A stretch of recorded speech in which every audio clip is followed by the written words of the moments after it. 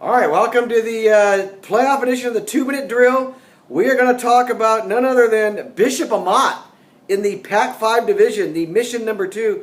Aram, they finished co-league champs by definition in the final game. Sarah lost, they won, but they go in as the number 2, and they're playing another number 2, the Big 8 number 2. Norco, a team that is in the same league with number 1 seed, Corona Centennial. They got smacked in the league finale last week. But I think Corona Centennial and St. John Bosco, the 2 top seeds in this division, have smacked everybody. What are your thoughts, Aaron? You're looking at the Cal Preps. What is the prediction Friday night first round game for Amat? It's Amat by 21. Amat by 21. And that's, I think on paper that's even probably feels about right. Do you see this game any closer than that? What are your thoughts? Well, no. I view this as pretty much a blowout for Amat. And I was kind of thinking that, and then, I got on the blogs, and, our friends in Norco had jumped all over the blogs. Hey, what are you talking about? There's going to be some kind of walkover. I saw that. You're crazy. How can you talk like that? We're Norco. I don't know. I just don't see it. Norco's only 2 losses this year are to Mission Viejo, which is the favorite in the West Valley Division, which is D2. They're 10-0, and their other losses to another 10-0 team, Corona Centennial. So that's good. But then you start looking for wins that would make you think that they could stack up to an Amat, and you just don't find it. Could they make some plays against Amat? Yeah. The quarterback, Victor Viramontes, is going to Michigan. I had brought up the whole Khalil Tate and Sarah thing and how he, beat Amat kind of with crazy plays and lucky plays, in my opinion. I don't think Sarah would beat Amat again. They would have to have more reindeer poop to sleep in order to win that game. But that's another story for another day. Can this kid make the same kind of plays and do the same kinds of things? I don't know. I've never seen him play. I can't believe anyone could keep a play alive better than Khalil Tate, but maybe he can. Maybe they'll have some big plays, Freddie. But in the end, Amat's defense played very well against Loyola last week. Yes, it did. I know it's Loyola, but if Amat's defense is playing well at the end of the year, we know the offense has its part. Tyler Vaughn's, who's going to stop him? Yeah. Sweet in the running game, who's going to stop that? And if Sydney can get involved somehow, I don't know. I think if you asked me at the beginning of the year, Amat's chances of doing something in the Pac-5 or winning something in the Pac-5, I really wanted to know how they were playing at the end of the year, and I think they're playing as well as they can at the end of the year. The way they handled Loyola, holding them to 3 points last week. You look at their 2 losses, I think they were by a combined 8 or 9 points. 6 points. They, both winnable games. They're close. They're a team that very close to being 10-0 and being undefeated. And I just think they're ready, and they've been waiting for this, and this is just the first team that's going to get in their way. I do think that, watching that game last week, they've got to lean on Toriano's sweep a little bit more and really establish a run and not get crazy. Steve Haggerty sometimes, I've noticed over the years in some of these big games or playoff games, sometimes he likes to get a little cute. Early in the game, he's going to go on 4th and 4 on his own 35-yard line. I think they've got to avoid stuff like that because they don't need to do something like that against a team like Norco. Maybe against a Centennial or a Bosco, you want to pull out some of those tricks, some of those surprise things. But I think this is a game you can't give Norco any momentum. You can't. You got to put this team away early. You can't let this game get deep into the game and them hanging around, be there by 7 points or then a touchdown. Then it gets dangerous. So I say, Amat, stop with any thoughts of any cute stuff and just go to work from the beginning. And I think they'll take care of this game, Steve. Yeah, I just think offensively, Amat is a tough team for a team like Norco to defend, just because they have their weapons on the outside. They have speed on the outside. They have speed in the backfield. I can see their play action working a lot in this game because with a running back like Sweet, you're going to try to take that away. And if you sneak too much in the box, those play actions are going to turn into big plays. And like you said, they have when you play a game like this, you have to jump on this team, break their heart, feel that they're out of the game, and then go from there. Right. And I think that's what's going to happen. Yeah, this game feels, I remember the one game Amat lost, a playoff game that everybody thought was a slam dunk. And this might have been about 4 or 5 years ago. It might have been Haggerty's second year. It was the Tesoro game.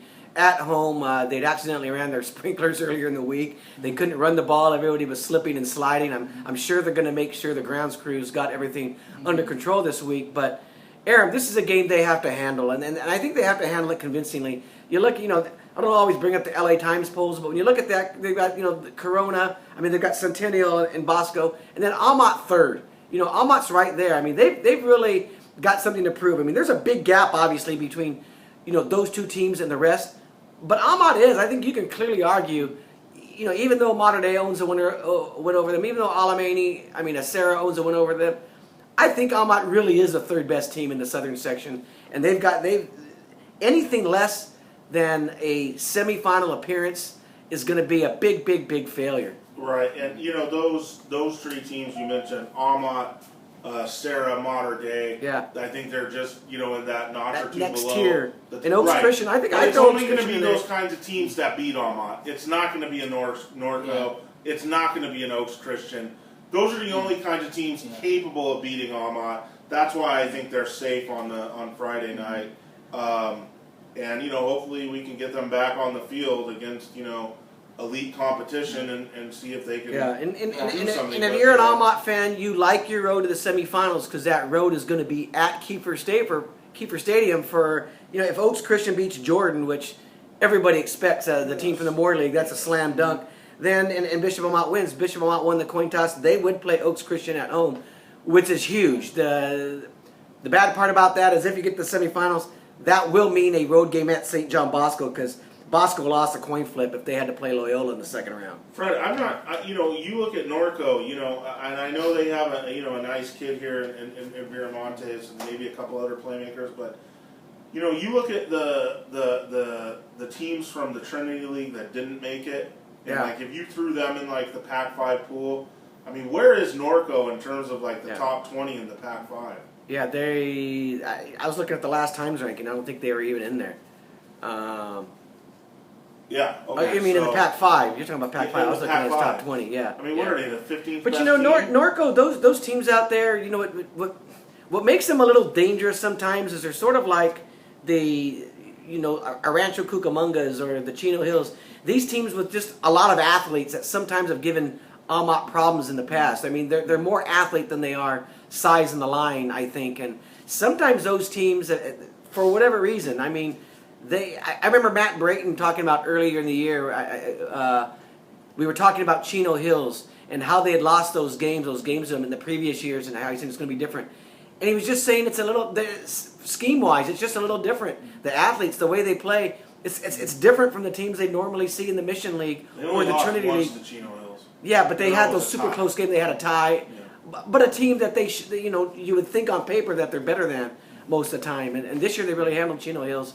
That's why I don't think there's a problem. But you have seen that in the past. And these are those type of teams with just a lot of athletes from that area. So you don't know. This is a traditionally strong program. They are. Yeah, they've been in lower divisions where they've won, and now they've been put up in the Pac-5 because Corona and Centennial has just kind of taken off with their program the last 6, 7, maybe 10 years, and Norco kind of got passed. I'd much rather see Norco in the West Valley in D2 with Mission Viejo. Yeah. And they obviously didn't even handle Mission Viejo very well. But Mission Viejo should be a Pac-5 team. That's semantics. We all have Bishop Amat here, I believe, very varying degrees of easiness and into the second round.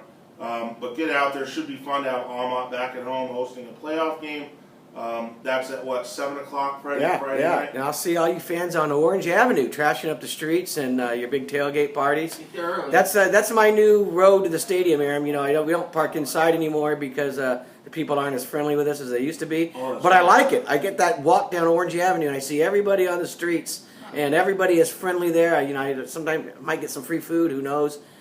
Great place to be still, even though they don't have the tailgating. That atmosphere on Orange Avenue is really fun. You can't stop the fans from partying at Bishop Amat. That's what they do well. The homeowners on Orange Avenue agree with you, Fred. Yeah. Well, I think some of those are Amat fans. Well, maybe.